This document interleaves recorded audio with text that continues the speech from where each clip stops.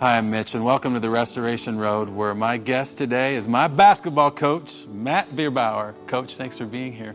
Mitchell, it's a pleasure. I know you talked to me last winter about coming on here sometime, and the time is right, and it's certainly a pleasure of mine to be able to sit down and talk with you a little bit. The pleasure's mine. I've been thinking about this for a long time, about how much fun it'll be to reminisce. You grew up on a farm outside Woodburn, right? And you're pretty tall. And you probably realized at an early age you got some athletic ability. Do you remember when that all kind of came together for you? Well, it probably all started at Harlan Elementary School, because we always have our class basketball tournaments during that time. So unfortunately, when I was in fourth grade, I had to play with the fifth graders, and when I was in fifth grade, I had to play with the sixth graders. Because you're so tall? Well. And good. And well, skills were there at that time. But yeah, my dad, he was about 6'2" or 6'3", and he played basketball at Harlan High School in 1938. So I had a good teacher there, and I went to Woodland Junior High School, and graduated from Woodland High School in 1974. I remember at the time, all my teammates and I were really enamored of how many varsity letters you earned. I think you earned at that time more varsity letters than anybody had in Woodland High School to date. And how many was it? I lettered 4 times in baseball, 4 times in football, and 3 times in basketball. So that's 11 altogether. And it sounds like it should have been 12. Did they not let ninth graders play on?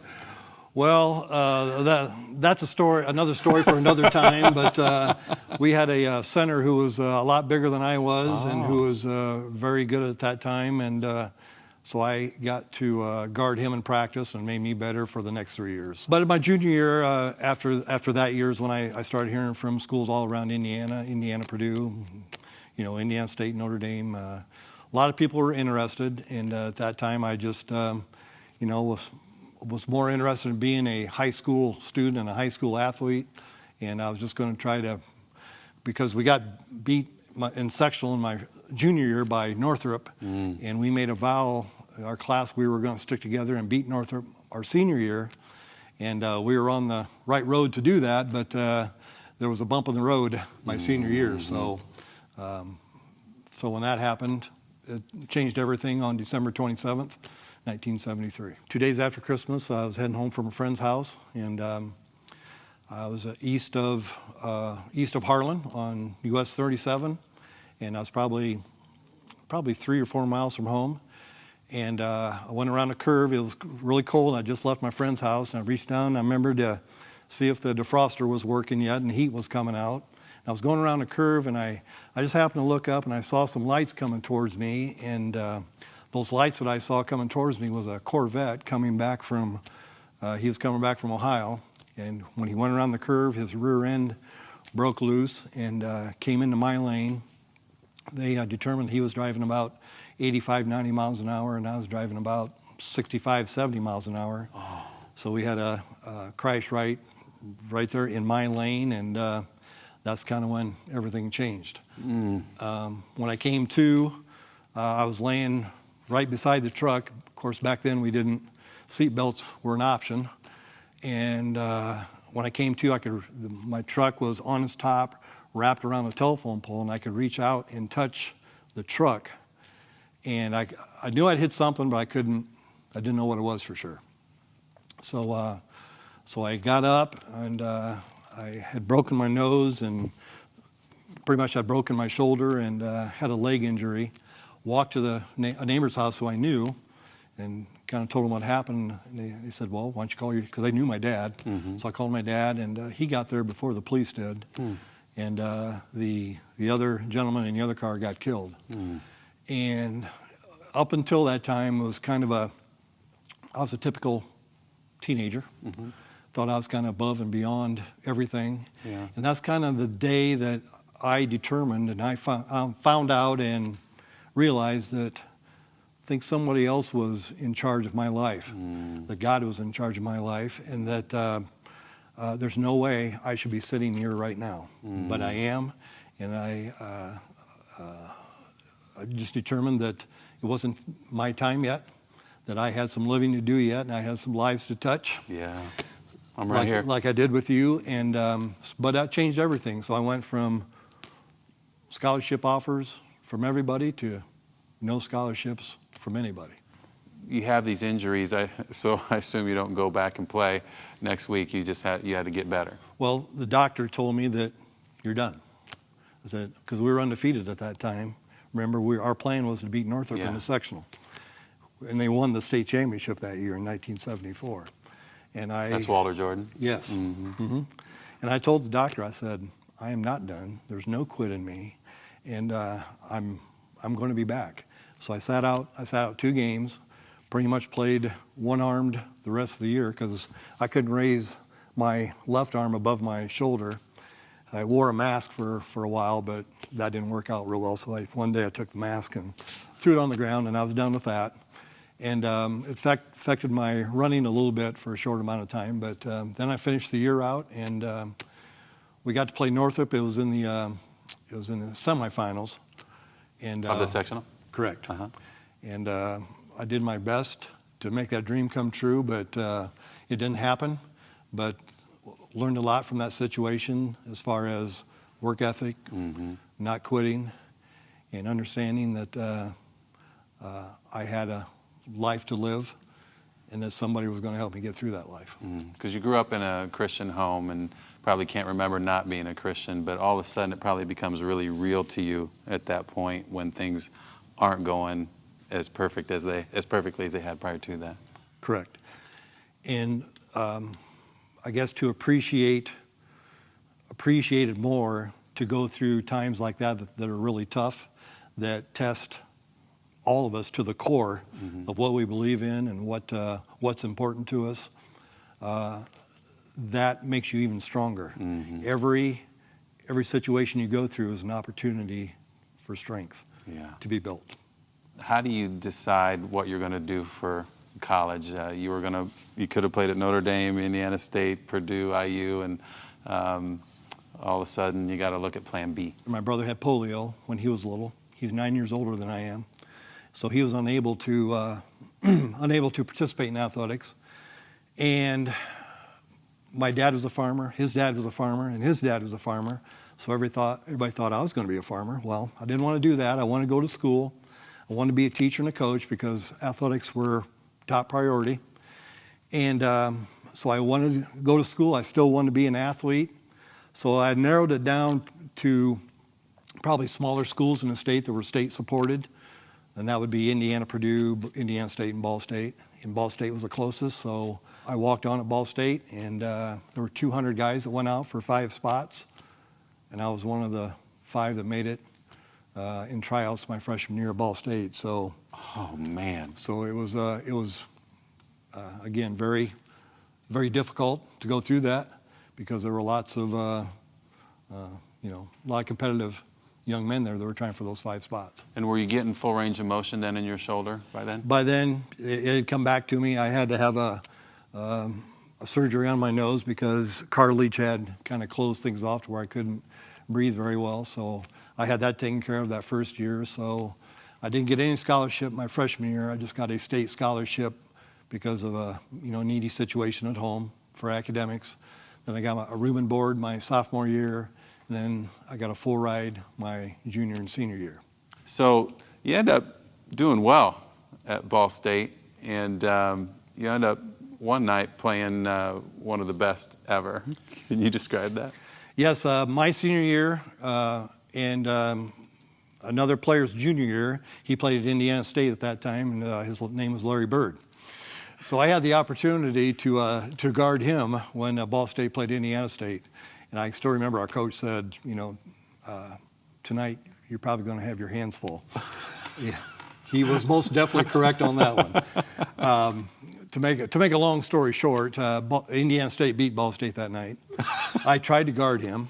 He's the only person I've ever felt totally, pretty much helpless against as a basketball player because the first time down the court, I played off of him, and he shot a long shot and switched it. So I said, okay, I'll remember that. Next time, he got the ball, same spot. So I got up a little closer to him. He gave me a ball fake. And he went in and dunked it. I went by my coach. I said, Any suggestions? And he said, don't let him have the ball. I said, okay. So anyways, I held him to 25 points that night, well below his average. Of course, he didn't play the whole game, but that's another story for another time. But anyways, it was quite an experience. I don't know if you remember it or not, but I've never forgotten it. You said, like, when he came out for warm-ups, that his very first shot was in the corner, backwards, and swished. Right. Just threw it over his shoulder. So rather, kind of intimidating, yes. But that's just incredible. So probably the best player you ever played. Absolutely. Probably no probablys about it. Well, right? in that same year, we played against Notre Dame, who had Adrian Dantley, and DePaul University, who had Mark Aguirre on their team. So, but anyways, Coach. So that was pretty big names there for all the basketball fans that are watching. But reading a book by John Wooden, who only won 7 national championships in a row, and I was just flipping through the book, and I thought, should I stick with it? Should I just go home and be a farmer? And at the beginning of each chapter, he has a little saying there. And one of those chapters said, who can ask more of a man than giving all within his span? Giving all, it seems to me, is not so far from victory. And when I read that, I thought, that's it. Someone, again, I felt God was prompting me at that time to stick with it. Don't quit. You learn more by sticking with it and trying to get through that opportunity for growth so that you're more of a man, you're a better person, and you're a better Christian because of that. You graduate from Ball State, and you got your degree in education. Right. And do you end up at DeKalb first after your student teaching at Harding? My first teaching job was at DeKalb High School, fall of 1979. And I think in '79, I'm probably an freshman. Was I a freshman? I did the math today while I was at school. Now I told you I've been thinking about this. I've been riding my lawnmower. And you said a lot of great things happen when you're on the lawnmower. That's right, absolutely. That's right. And you come in, you're about 24 years old at that time? 22, 23. 22, 23. And everybody's talking about this D1 basketball player that just walked onto the DeKalb High School campus. And everybody, you were like a magnet. Every guy wanted to be around you, wanted to learn more from you. And then my sophomore year, I get to play for you. And man, we had a lot of fun, didn't we? And before that, I don't know if you remember this, as a freshman, you dressed some JV games because I heard about this freshman kid named Kruse who was just going to be the next superstar at DeKalb High School. I was a lot taller with my hair. Well, I understand. But you could jump. Yeah, I had a vertical. Yes. I'm hoping my girls are all getting that. Right. Looks like my third oldest has got it for sure. But 1981 is when we probably started spending more time. We sure did. As a coach and athlete. We sure did. Well, I think I had some ups and downs during that period, and it kind of all culminates in our senior year, and we get to do something really, really special. Believe it or not, we lost our first 2 games. Isn't that insane? Yes. Yep. We lost our first 2 games. We were blowing out Northrop and then lost it by 1. And then I feel like the second game against New Haven's the only one we ever really got beaten. I don't feel like we were in that game. Then I think we win the next 4 or 5, and then we lose to a school that DeKalb had never lost to before in its history. And we get sat down and get pretty well redirected. Right. And I think the gloves came out. Some things were made perfectly clear. They were. Crystal clear. Yes, words were used that we could clearly understand. So we get the cotton gloves out, and we stop making turnovers, and we make it a goal that every time we create a turnover, we're going to score. And if you do that, you will win a basketball game. And we win, I think, about real close to 20 of the next 21 or 2 games. And we have a great run through the sectional. I assume you remember it like it was yesterday. I do. we were down 2. I had a 3-point play with a little bit of time left to go, the old-fashioned way. We didn't have the line yet. And they go down, so we're up 1. They go down and score. Leo goes down and scores, and they're up 1. Bob Sutton hits a shot from outside. We're up 1, and then Leo has the ball, and they're going to score to win the game. And you had always taught me that if the shot comes from that side of the basket, more towards the corner, the rebound's going to come on the other side. I see the shot going up, and I feel like it's going to be a miss. And I make a beeline to the other side, and I go up for that rebound, and I try to get out of there before anybody touches me. And with a few seconds left on the clock, I get fouled, and I got one-on-one on the line. What a lot of people don't know is I was coaching my brother Stuart at that time while I was in school, and he was playing in 3rd, 4th, 5th, 6th grade basketball league. And I was upset that we lost that day in the championship. It was in that gym, and I stood at that basket, and I think I shot 200 or 300 free throws at that basket, that very basket that I'm going to shoot on. I feel a little bit like I could have made them with my eyes closed. Yeah, probably could have, yes. But they go down, and we win, and man, was that a special moment. What I recall is you getting that rebound on the weak side, and after it was all over, you and I bear hugged each other. Yep. And I think you had a picture of that up in your office. I do. At one time. I still have it. Yep. I still have it. Well, we go to the regional, and no school outside of Fort Wayne, since all the consolidations had ever won the regional. And we win the first game, and the second game is one of the most hard to describe events in sports. I mean, it's hard to describe. It's a classic. It really is. Again, without going into great detail, Bob Sutton hits 2 free throws with no time left on the clock to win the regional. He had to wait about 20, 25 minutes to shoot the free throws. They had to make sure that the horn didn't go off. There was controversy everywhere there. But so then the next week, we're in the semi-state. We beat the defending state champion in the first round. Right, Plymouth. So then we're playing Marion in the final game. Now this is March 19th. And my wife, Kim, and I, who have been married for 31 years, we're supposed to get married March 26th. And before the season started, I said, okay, we're going to get married spring break, March 26th. I said, well, there's only one catch. That's the day of the state finals. She goes, well, what's the chance of DeKalb getting the state finals? I go, so are you kidding me? I said, we're going to, we'll be okay, but state finals? So when we win the sectional, we win the regional. And we beat Plymouth in the first game of the semi-state, and she grabs me by the shirt. She says, if we win tonight, are we still getting married? I said, yeah, we're getting married. So somebody told me that he would fly us back and forth to Market Square Arena. That would be beautiful. And that's what we talked about as a team. Coach is going to get married at Market Square Arena if we do this. That's right. And we're up 10 at halftime? Against Marion. It kind of comes down the same way. I mean, James Blackman lights it up, but we play really well.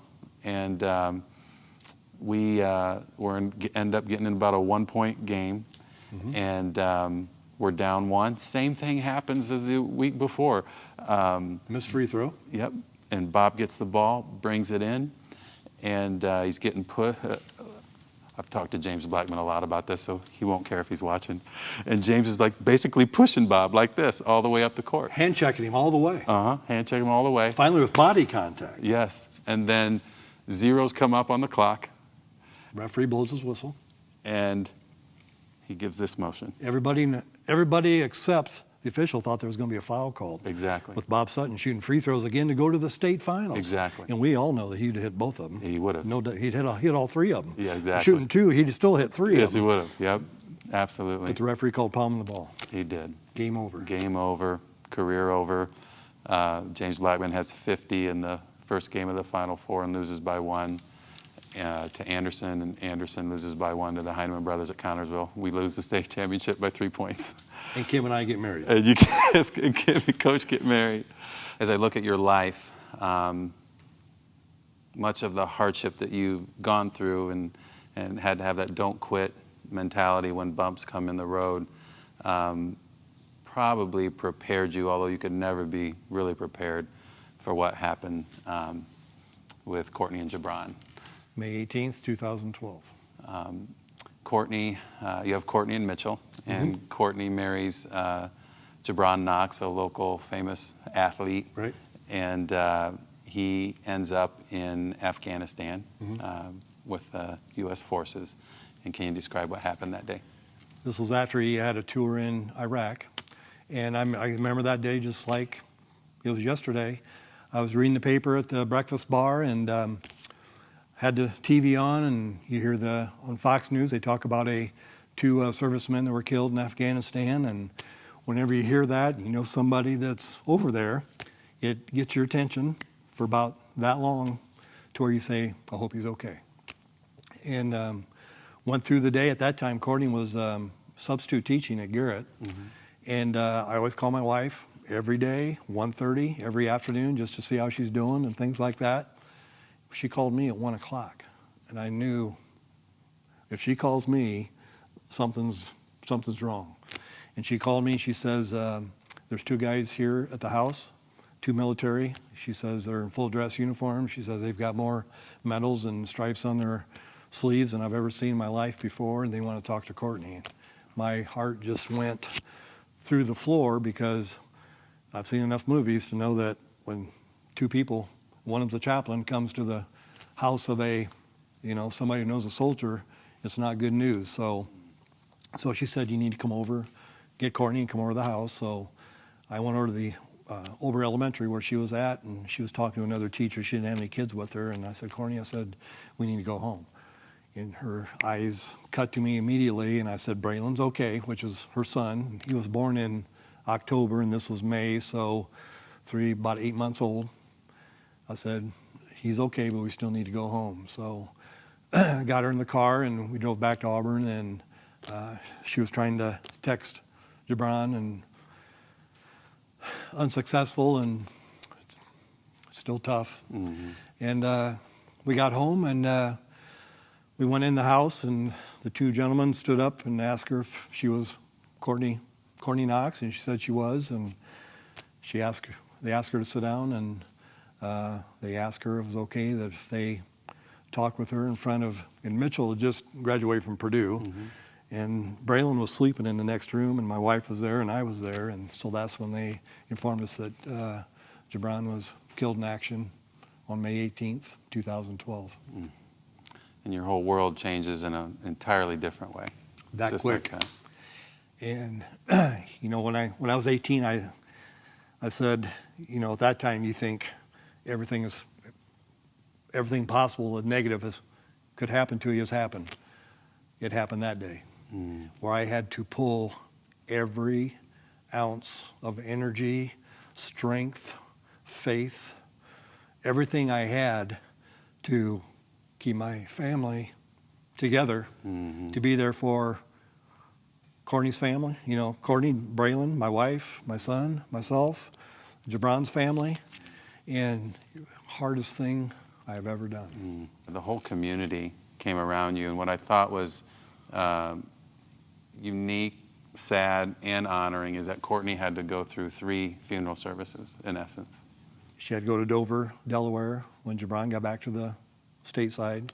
Then we had the funeral here, and I'll talk a little bit more about that in a little bit. Then she had to go out to Washington State, to where Jabron's home base was. The ceremonies back here in Auburn and DeKalb County. Mitchell, I've been here since 1979. I have never seen the community come together as it did for that. Yeah. When his body was flown into the airport, we received him there. We had a motorcade from the airport down 11A, down 69, all the way down 7th Street through town, and out to Feller Funeral Home. And every person that we saw all along the way either was holding a flag, handing over their heart, or saluting. And people were coming out of the restaurants along 7th Street. It was just an amazing thing to see. And then at the funeral was out at the War Museum. That rotunda area, the main area, was completely full for the funeral. And he was buried in the cemetery in Fort Wayne. There were people all the way from 11A, all the way past DuPont Road. That's how long the motorcade was. That's over 10 miles.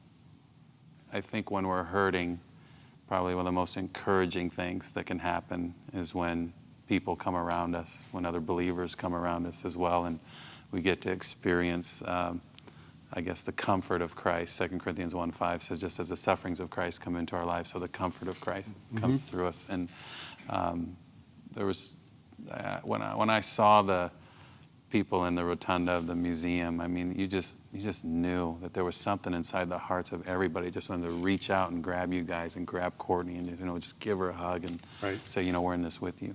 Coach, you've been through a lot, and you always instilled in me, don't quit.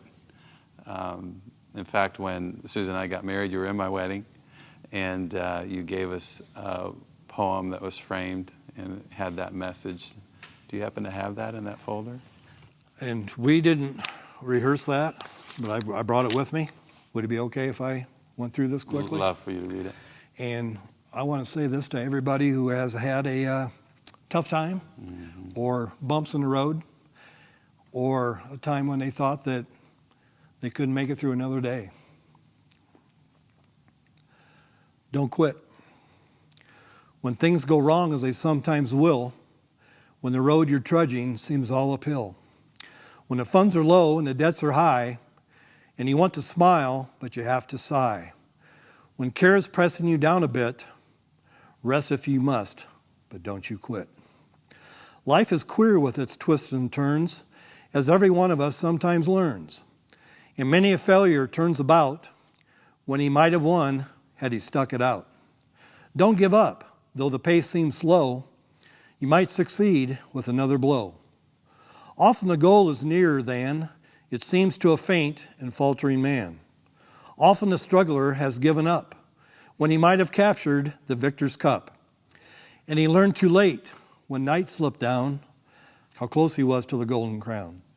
Success is failure turned inside out, the silver tint to the clouds of doubt. And you never can tell how close you are.